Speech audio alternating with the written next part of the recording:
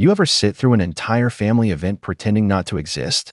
Smiling while everyone claps for someone else's success, knowing deep down, no one in that room even sees you?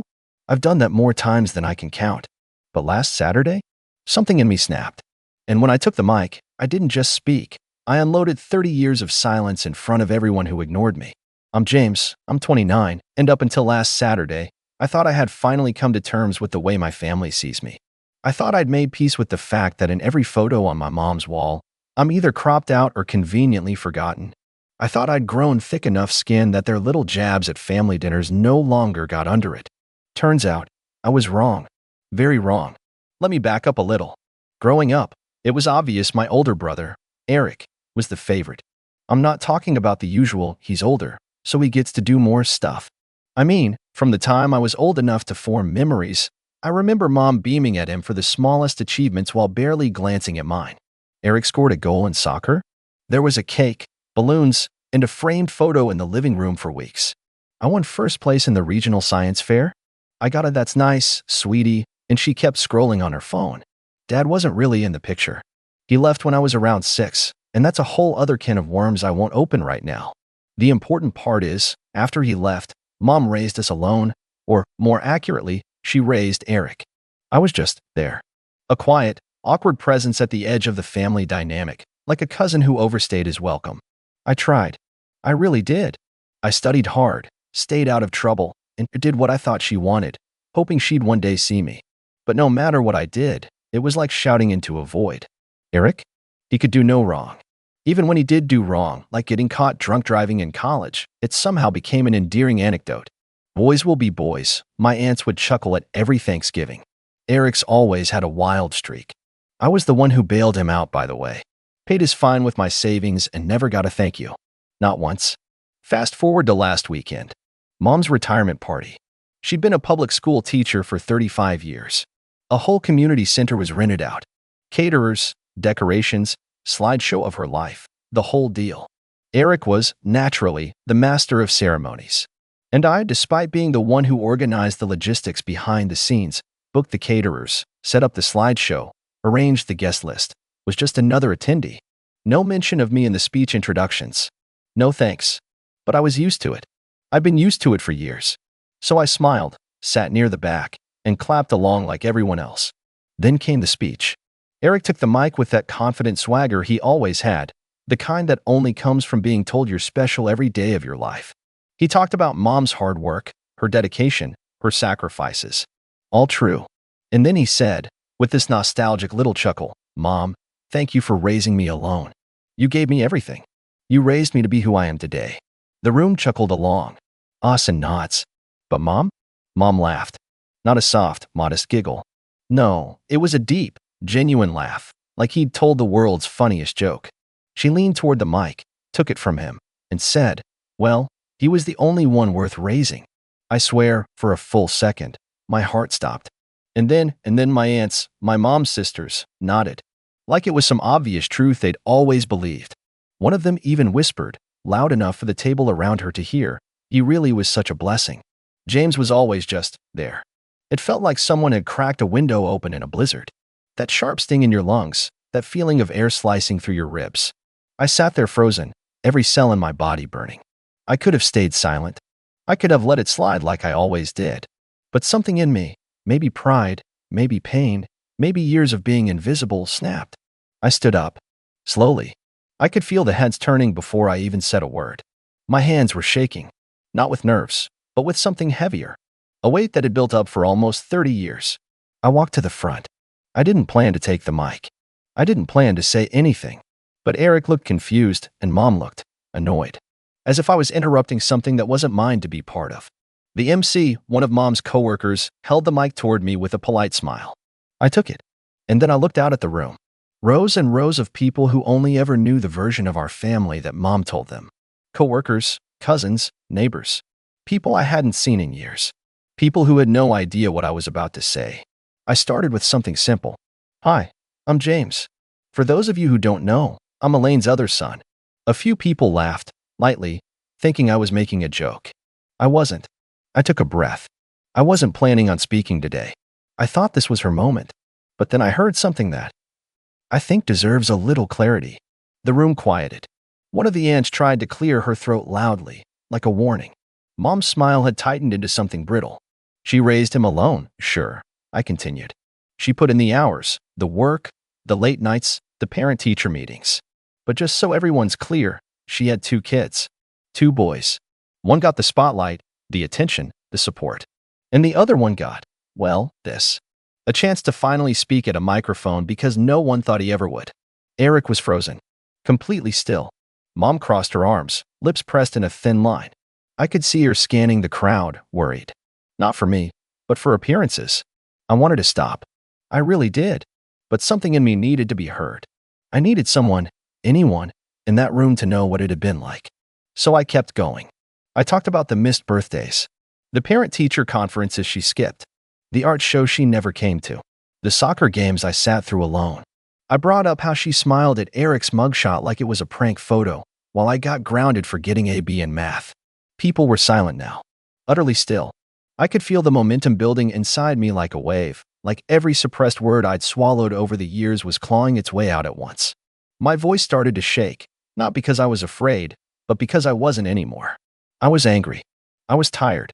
And then I said it. I didn't get raised. I got ignored. You could have heard a pin drop. And just as I was about to say what happened the day Dad left, just as I was about to share that secret, the one Mom made sure never left our house, I locked eyes with her. She knew what was coming. Her face turned pale. Her lips opened slightly. And then, she shook her head. Just once.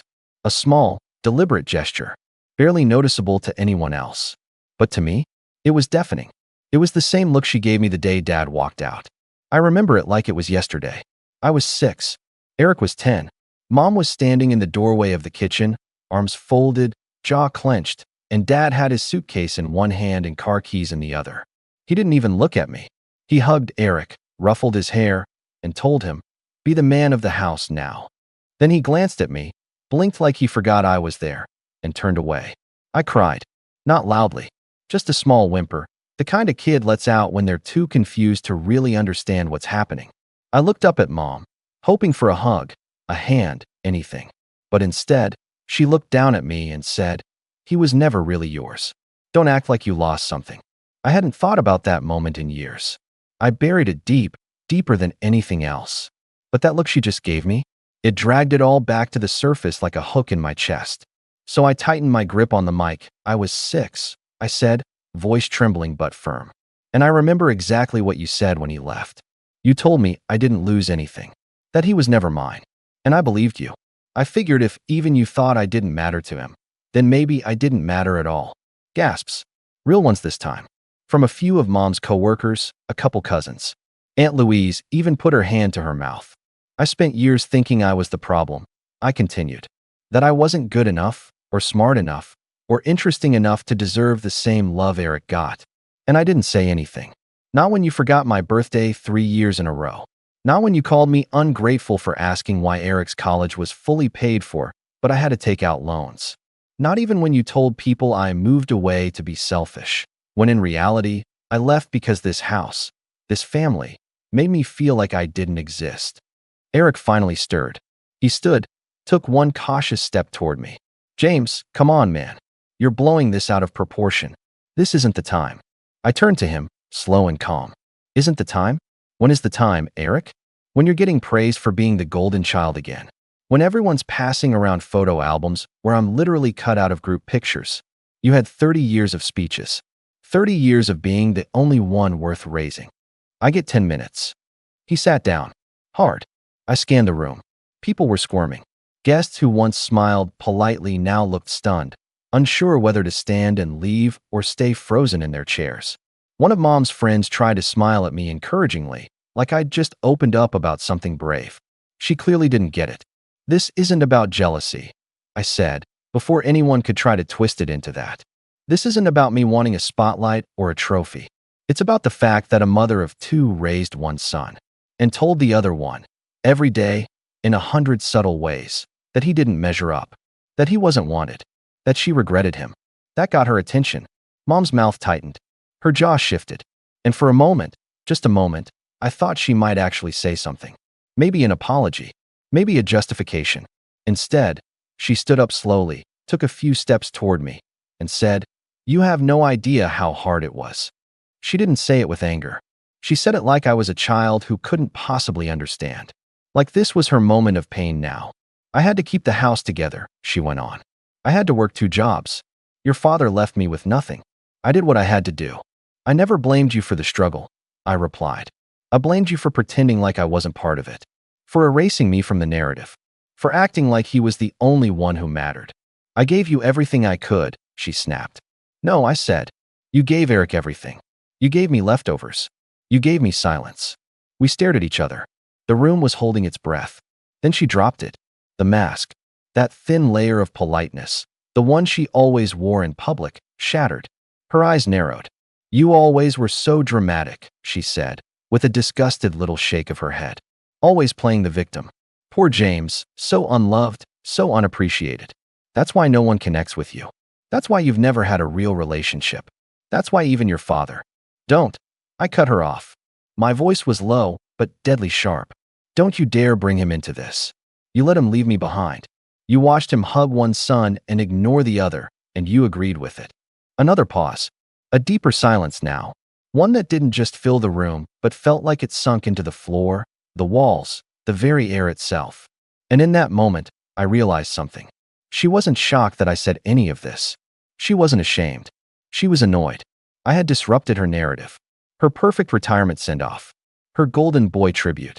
Her "look how strong I was as a single mom" story. But she wasn't the only one with a story. I looked back out at the guests. At the people who'd come to celebrate a woman they thought they knew.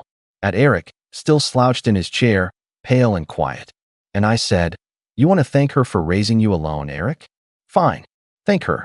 But don't pretend I wasn't there. Don't let her pretend that this was some noble sacrifice where she did her best with what she had. Because what she had was 2 sons. She just chose one." I turned to leave. And that's when I heard it. A slow, hesitant clap, followed by another, then a third. It wasn't a standing ovation. It wasn't even half the room. But a few people, just a few, started clapping. Some awkwardly, some genuinely. One of Mom's co-workers, a man I barely recognized, gave me a small nod as I passed.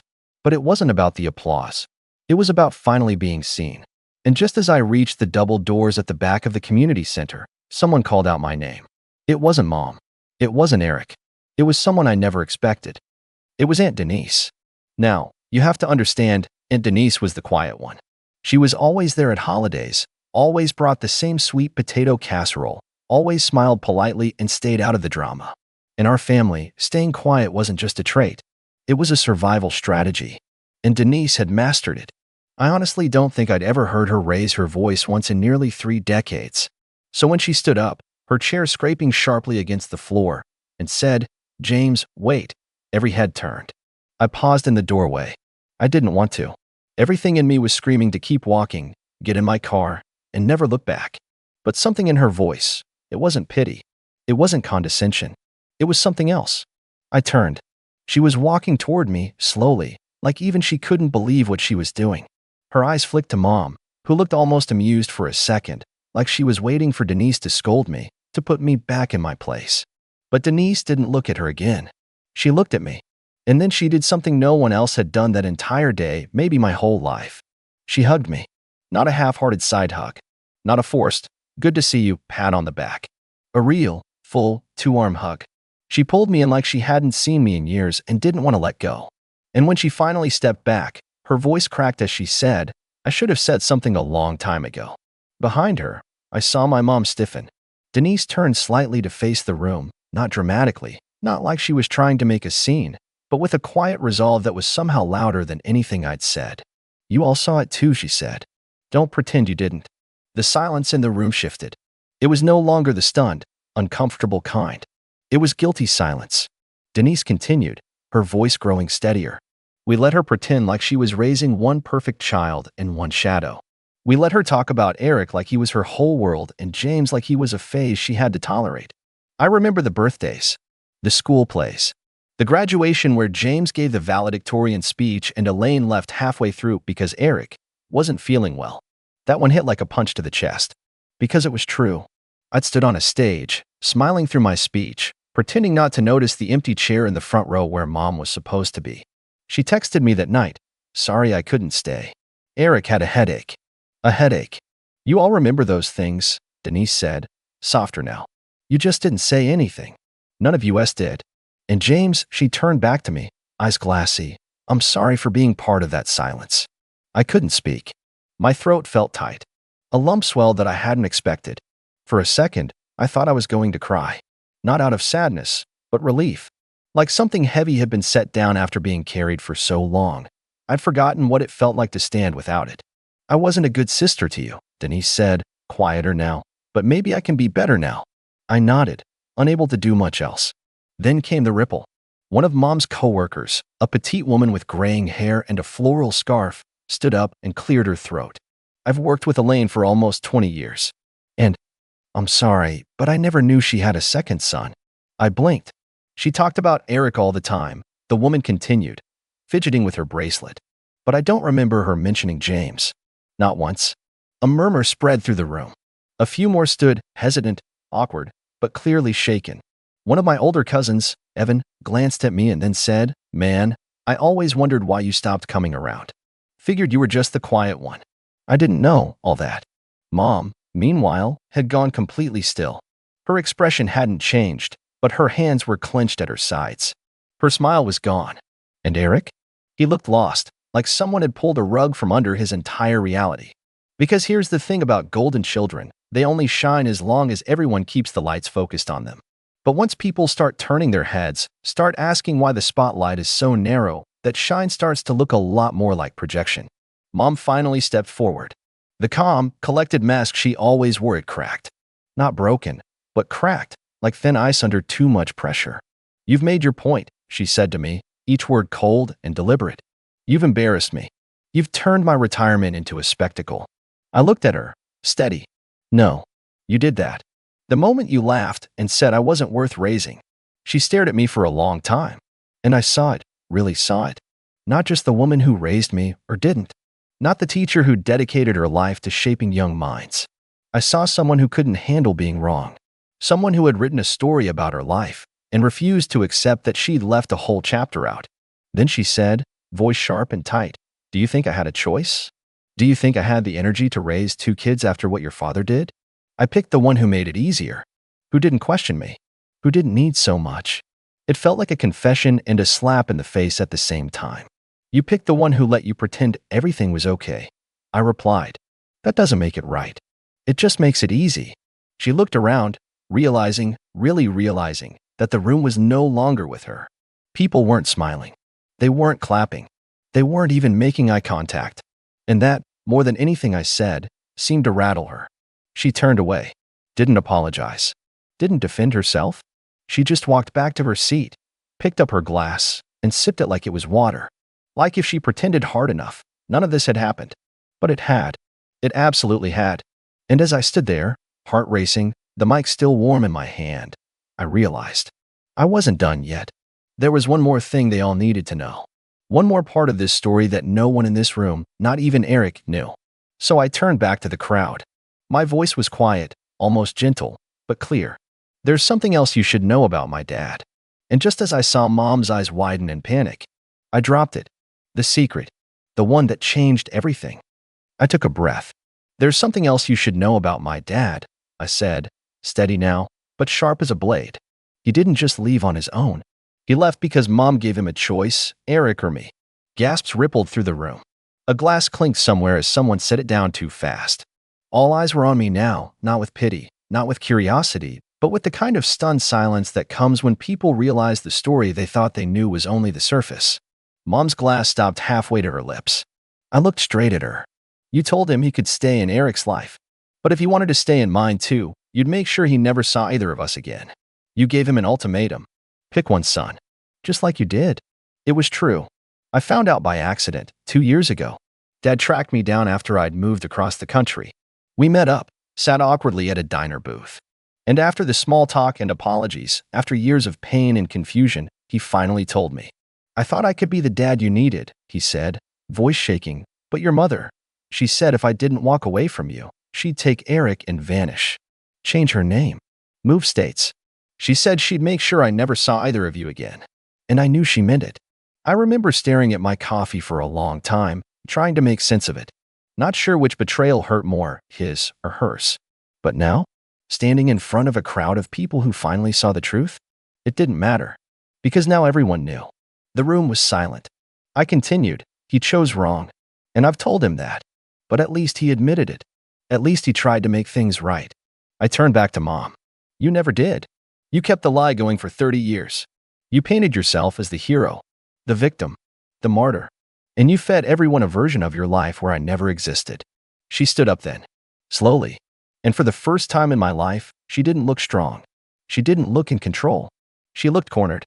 You think you know everything, she said, trying to sneer, but it came out flat. You think that makes you right?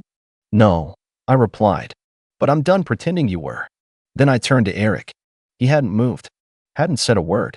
His mouth was slightly open, his expression stuck between disbelief and something else. Maybe guilt, maybe fear. I didn't care anymore. I don't blame you, Eric, I said, loud enough for the whole room. You were a kid.